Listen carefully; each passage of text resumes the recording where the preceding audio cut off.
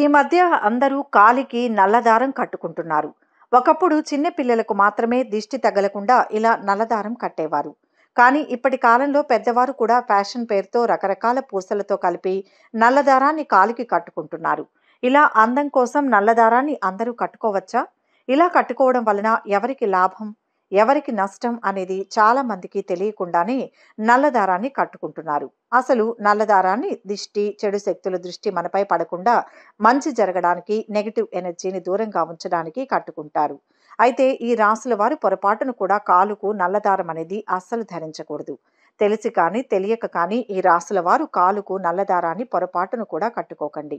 అలా కట్టుకుంటే ఏం జరుగుతుందో, ఏ రాసుల వారు కాలుకు నల్లదారం కట్టుకోకూడదో ఈ వీడియోలో తెలుసుకుందాం. అంతకంటే ముందు మీరు మొదటిసారి మా ఛానల్ను కనుక చూస్తున్నట్లయితే వెంటనే సబ్స్క్రైబ్ చేసుకోండి. అలాగే ఎప్పటికప్పుడు మేము పెట్టే లేటెస్ట్ వీడియోల కోసం పక్కనే ఉన్న బెల్ సింబల్ను క్లిక్ చేయండి. ఇలా చేస్తే మేము ఎప్పుడు కొత్త వీడియోలు పెట్టినా మీకు నోటిఫికేషన్ ద్వారా వస్తుంది. ఇక విషయంలోకి వెళ్తే, చాలామంది తమకు దిష్టి తగలకుండా కాలుకు నల్ల దారాన్ని కట్టుకుంటారు. మరికొందరు తెల్లని కాలుకు నల్లని దారం కట్టుకుంటే చాలా అందంగా ఉంటుందని కూడా కడతారు. కొందరు ఎందుకు కట్టుకుంటారో తెలియకుండానే కట్టుకుంటారు. కొంతమంది పుట్టగానే పిల్లల చేతులకు, కాళ్లకు నల్లదారాన్ని కడతారు. మరికొంతమంది కాళ్లలో నొప్పి రాకుండా ఉండడానికి కాలుకు నల్లదారం కట్టుకుంటారు. కేవలం కాళ్లే కాదు, చేతులు, నడుము, మెడకి ఇలా కొందరు నల్లదారాన్ని కట్టించుకుంటారు. నల్లదారాన్ని ఎవరు కట్టుకోవచ్చు, ఎవరు కట్టుకోకూడదో ఇప్పుడు మనం తెలుసుకుందాం. జ్యోతిష్య శాస్త్రం ప్రకారం కంటి చూపుకి శక్తి ఎంతో ఉంటుంది. కొంతమందికి ఎదుటి వారిపై వారి కంటి చూపు పడితే వారికి చెడు జరుగుతుంది. కంటి చూపుకి అంత శక్తి ఉంటుంది. ప్రధానంగా ఎక్కువగా చిన్నపిల్లలకు దిష్టి తగులుతుంది. చిన్నపిల్లలు చాలా సున్నితంగా, అందంగా ఉంటారు. వారిపై చెడు దృష్టి పడకుండా కాళ్లకు, చేతులకు నల్లదారాన్ని కడతారు. ఇలా కట్టడం వల్ల చెడు దృష్టి వారిపై పడదని కొందరి నమ్మకం. నలుపు చెడు శక్తిని లాగేస్తుంది. అదేవిధంగా శని దేవుణ్ణి పూజించేటప్పుడు కాలికి నల్లదారాన్ని కట్టుకుంటారు.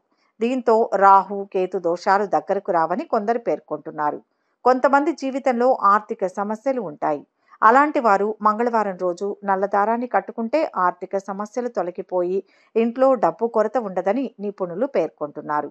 నల్లదారాన్ని కట్టుకునే ముందు దానికి 9 ముడులు వేసి కట్టుకోవాలట. ఈ దారాన్ని కట్టడం వల్ల పిల్లలు ఎలాంటి అసౌకర్యానికి గురవ్వరు. పెద్దవాళ్ళు కూడా నల్లదారాన్ని కట్టుకోవడానికే ఇష్టపడుతుంటారు.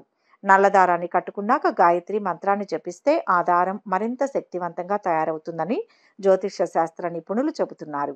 కొన్ని రాసుల వారు ఈ నల్లదారాన్ని కట్టుకోకూడదని వాస్తు శాస్త్రం చెబుతోంది. ముఖ్యంగా మేషరాశి, వృశ్చిక రాశిలో పుట్టిన వారికి నలుపు రంగు అస్సలు కలిసి రాదు. కనుక వీరు నల్లదారాన్ని అస్సలు కట్టుకోకూడదట. నల్లదారాన్ని వారు కట్టుకుంటే వారి జీవితాలు ప్రమాదంలో పడే అవకాశం ఉంటుందట. అదేవిధంగా ఈ నల్లదారాన్ని ధనుస్సు, తులారాశి వారు కట్టుకుంటే వారికి చాలా మంచి జరుగుతుందట. జీవితంలో ఎటువంటి సమస్యలు రావు. ఈ రాశుల వారు ఎలాంటి సందేహం లేకుండా నల్లదారాన్ని చేతికి లేదా కాలికి కట్టుకోవచ్చు.